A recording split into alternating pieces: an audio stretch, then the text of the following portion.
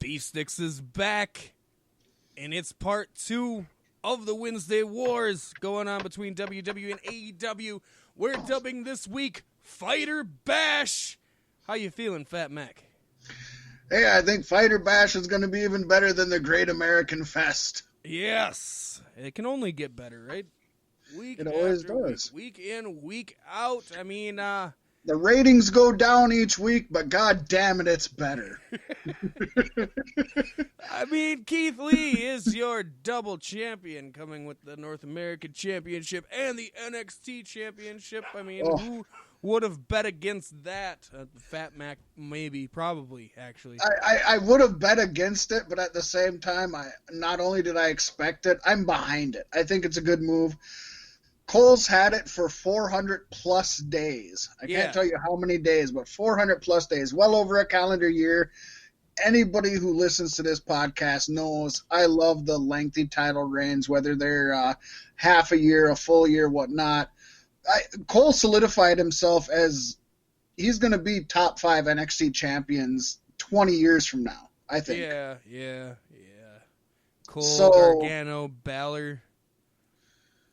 You might even throw Bo in there. Maybe not, but those of you that don't remember Bo from the early years, Bo Dallas. He was pretty all right. But for sure, it was the right move. It elevates Keith Lee where he deserves to be. I was worried about Keith Lee coming to WWE at least. NXT, he's doing good. It's interesting to see what's going to happen. Of course, everybody's theorizing since Adam Cole lost, the Undisputed Era is going to get called up. Now there's rumors that some of the Undisputed Era doesn't want to get called up. You can't blame them. Right, yeah. Hello. I mean, either way, your matches are happening in the Performance Center, right? Yeah. Adam Cole, I think Adam Cole is one of the few that can rise to the occasion, like the AJ Styles, and them. I think he'll do okay. The other three, though, they're gonna get lost in the shuffle. That's WWE's strategy. That's not saying anything negative against them. Not at all. Fish, Roderick, and O'Reilly, they're amazing talents on their own. I mean, also NXT could turn the page and not have anybody go up. Because I could totally see something where all of Undisputed Era attacks Keith Lee, and then Cole gets a match for the NXT Championship, and one of the other ones, I don't care who, you pick your guy, probably O'Reilly, gets his shot at the North American Championship, and then their consecutive matches or something, so these guys are just beating down on Keith Lee over the duration of a night or a takeover or something. It'd be, I think... I mean, it's weird when you vote against people getting called up to the main roster, but I would love that. Yeah. Because the main roster is a scary place. Not only a scary place right now, before COVID, it was a scary place to come up to. Ask Bobby Roode, ask Samoa Joe, ask Shinsuke Nakamura, Sami Zayn, Tyler Breeze, Bo Dallas. I just mentioned him. Man, I was excited for Bobby Roode when he got to WWE. I was too. I thought he was somebody that, and now we'll never see him again. Everything going for him. Who knows? Who knows what tomorrow will bring in this world? None of us know. It's pretty ridiculous, but we all know what yesterday has brought, so Fat Mac, why don't you snap into this week in pro wrestling history? Well, Pasty, kind of keeping in what's been going on with the current events, we're bringing up something that happened 12 years ago this week when WWE initiated the largest mass talent firing in company history up until this current year, which surpassed it.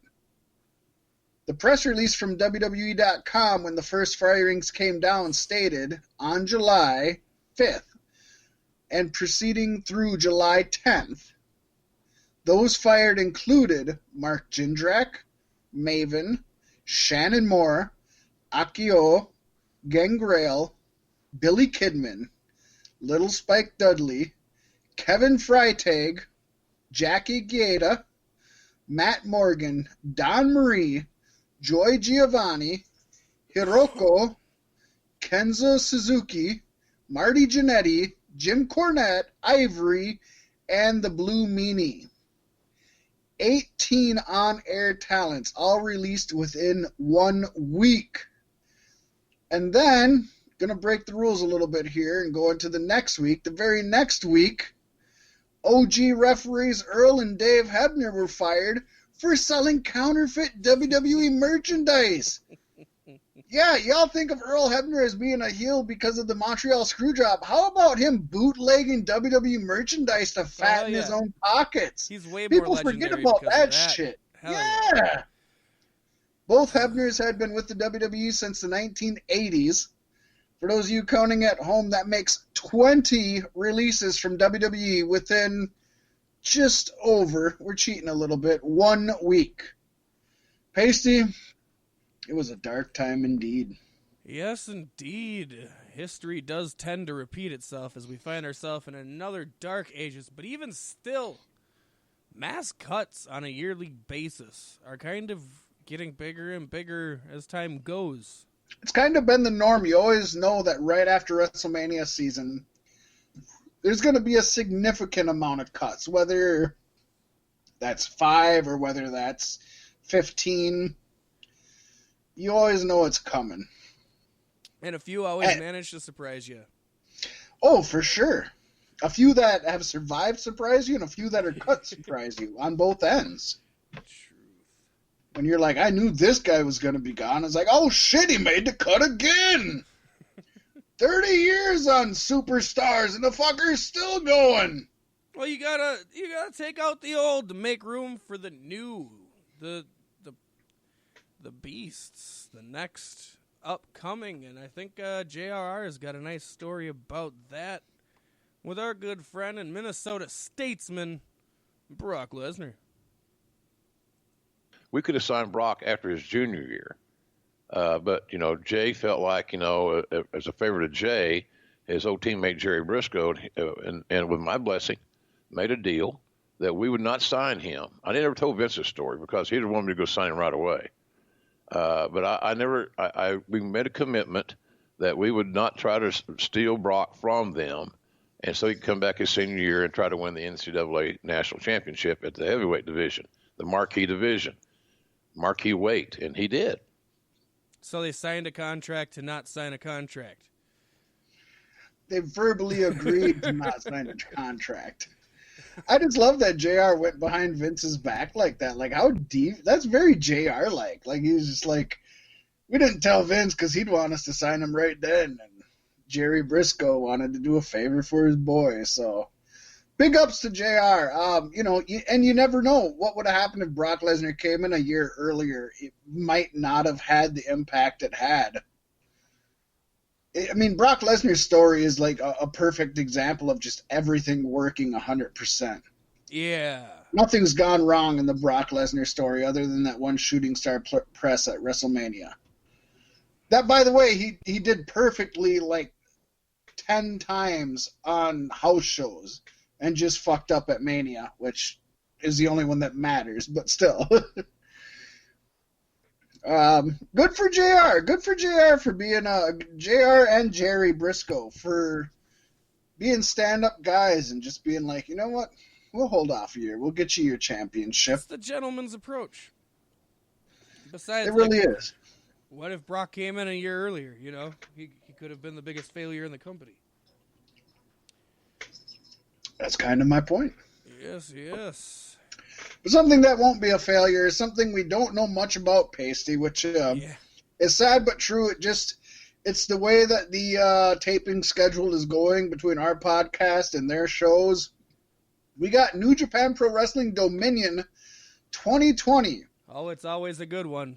Anybody who's listened to our podcast knows this is one of the biggest events of the year with some of the greatest. My birthday. Right? And it has some of the greatest matches, some of the biggest surprises, plot twists, storyline continuums. It's a great show. But this year, I don't know if it's due to COVID. I don't know if it's just due to the days it lands on. I don't know if it has to do with our recording schedule. They have the New Japan Cup, which is the precursor to this, airing tomorrow as we record this. We record this on July 10th, which is a Friday. New Japan Cup is July 11th, which is Saturday, and Dominion 2020 is July 12th, the Sunday. So going into this, we only know 3 matches. But the 3 matches themselves, the first one's mediocre. The other 2 are, they're going to be amazing. Oh, yeah. It's going to be a fun time. Our predictions are a little bit light, but just know that tomorrow there will be more matches on the card. We just want to be here to broadcast it for you. Exactly. It's going to be a full card. They just don't want to blow their load. Honestly, they're keeping so much of it a secret. I'm excited to see how it shapes up. I'm definitely going to watch surprises. I'm going to watch this one. It's going to be a no attendee venue. So, but I'm going to watch it. I'm going to watch. Japan's usually a quiet crowd anyway. It's not going to be that hugely different. Yeah, it doesn't really affect them a whole lot. So starting out, the first match that we know of is the Never Openweight Championship, which sees Shingo Takagi versus Show. Pasty, where are you on this one? I'm gonna go with Show. It's kind of up in the air, but I think it's not often you see the name Show without Yo. And I'm interested to see what he does on his own, and I gotta back him up. My thinking is Show without Yo equals Shingo. And Shingo Takagi's going to take it with this one. To be fair to everybody out there, I don't think Pasty or I know myself definitely hasn't really been. New Japan hasn't been doing anything, and I don't know where they left off with storylines.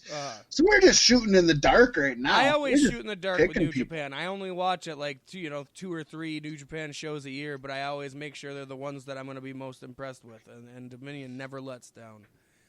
Right. So next we have the IWGP Tag Team Championships, seeing Golden Ace Hiroshi Tanahashi and Kota Ibushi versus Suzuki Goons, Tai Chi, and Zack Sabre Jr. This is going to be a fun one. This is going to be a good one, but I don't think either Tai Chi or Sabre Jr. are the level of either Tanahashi or Ibushi. Yeah. I think the other 2 just one-up them. They could pull an upset. They could definitely pull an upset, but I'm going with Golden Ace keeping their titles. Dude, are they a newer tag team? They're a newer-ish tag team before the pandemic. Before the pandemic, but since Omega left, I would assume. Correct. Yes, correct. It's been a while. Well, after that. The Golden Lovers is gone, and the Golden Ace is here. Ibushi was the Golden Lovers. Tanahashi was the Ace. Okada took over the Ace. Omega left. They're both kind of feeling sad, gloomy, and they found each other. And they created a beautiful rainbow. What a heartwarming story, and I'm a huge fan of Tai Chi, but ZSJ has never done it for me. I'm going Golden Axe all the way. That should be their name, by the way. It's a fun game. Yeah, it is. Very fun game. Old school Sega Genesis. And then we got the IWGP Heavyweight and Intercontinental Championships. They're both on the line. It's not combining the 2. We're not merging them into one belt. It's not a unification match. It's for both of the belts. Tetsuya Naito holds both of the belts. Has Naito had these for a year? He's had these for quite a long time now, especially with the epidemic. I think it was Dominion when he picked it up. Oh, Wrestle Kingdom is where he picked it up. No, I don't think it was Wrestle Kingdom. Was it Wrestle Kingdom? That would have been in January.